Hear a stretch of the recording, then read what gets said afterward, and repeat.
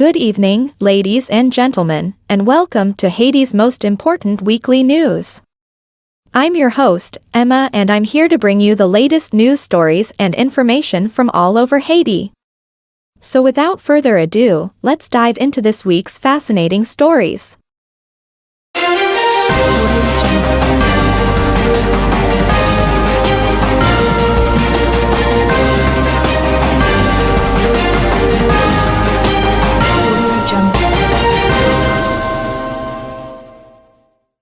For the fourth time, Reine Gallant trekked from her home in New York to the nation's capital last weekend for the 6th edition of the Haitian Ladies Network (HLN) conference for networking, workshops, fun, and perhaps most importantly inspiration. Gallant, director of a family health center, received the latter in spades. Specifically, Gallant said, she felt motivated to assist her compatriots in Haiti.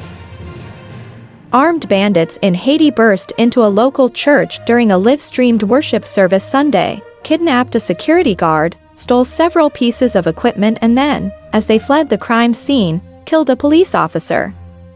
"I am safe," said Julio Valsi, the founding pastor of L'Église Rendezvous Christ, on Facebook after the brazen crime.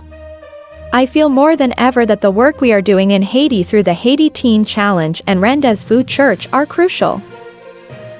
Wouchery Andre, a third-year college student in Cap Haitian, recognizes that he is in an economic crisis.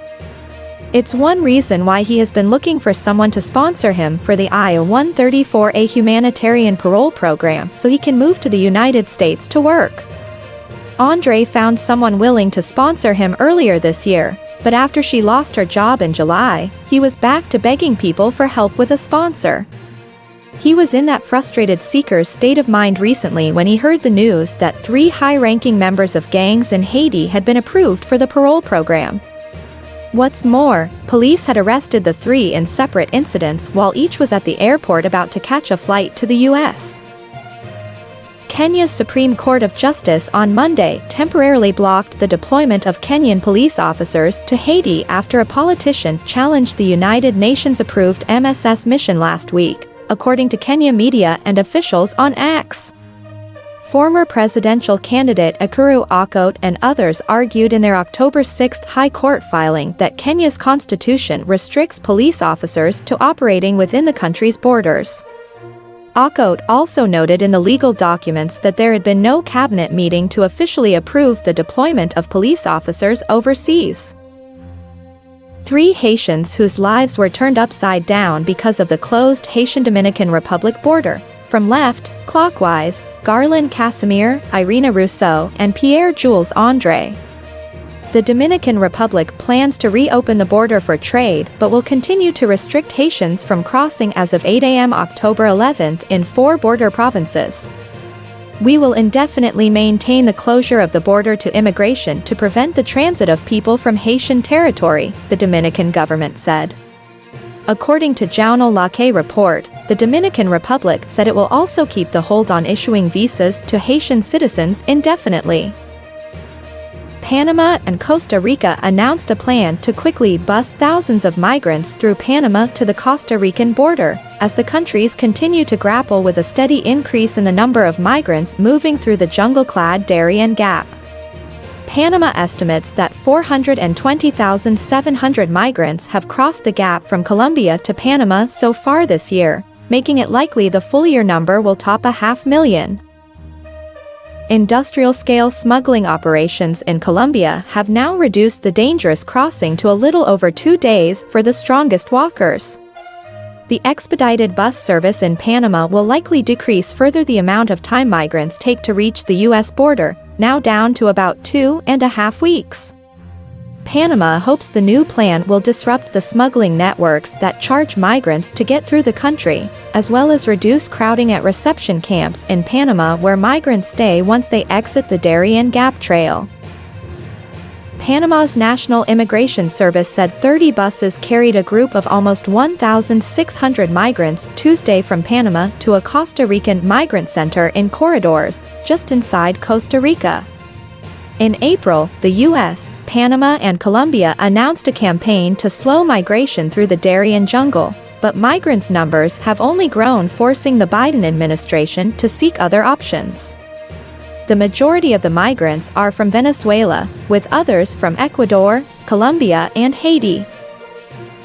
Canada is extending a welcoming hand to 15,000 people from the Western Hemisphere who want to immigrate to the world superpower as part of a new humanitarian effort, officials recently announced.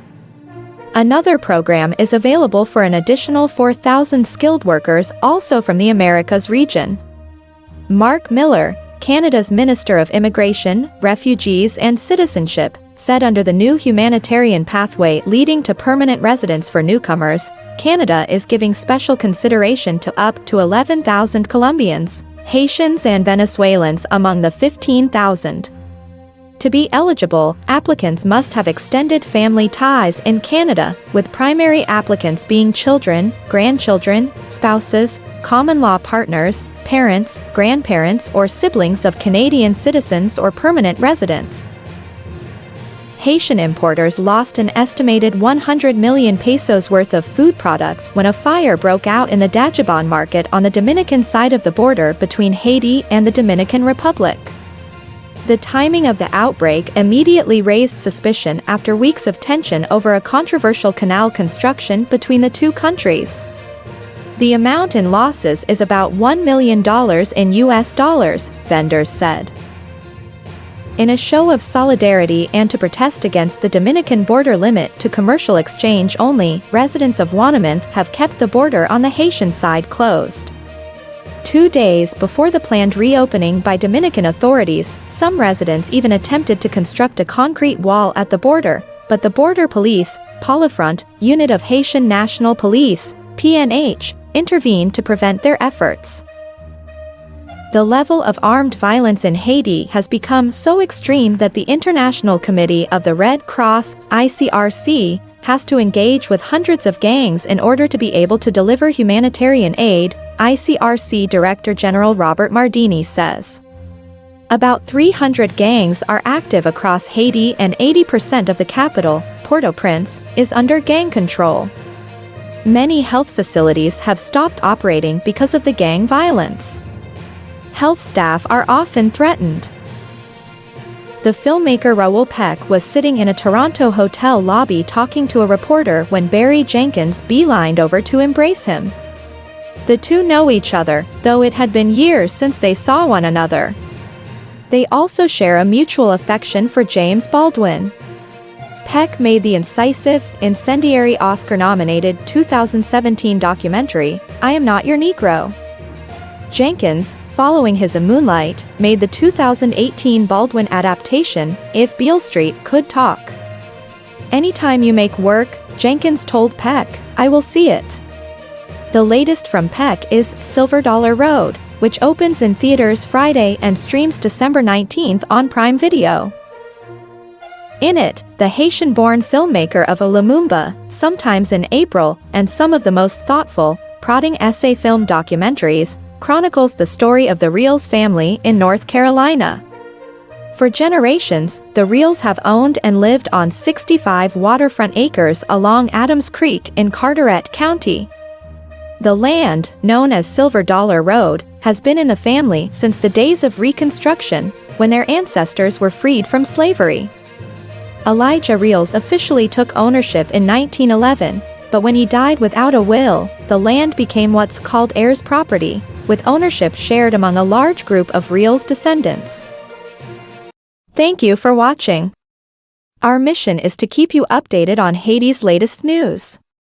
This video is sponsored by nvexcorp.com and byhaitians.com. We will encourage everyone to download NVexcorp app for more community benefits. Don't forget to subscribe and give us a thumbs up to support our work. Stay informed with us.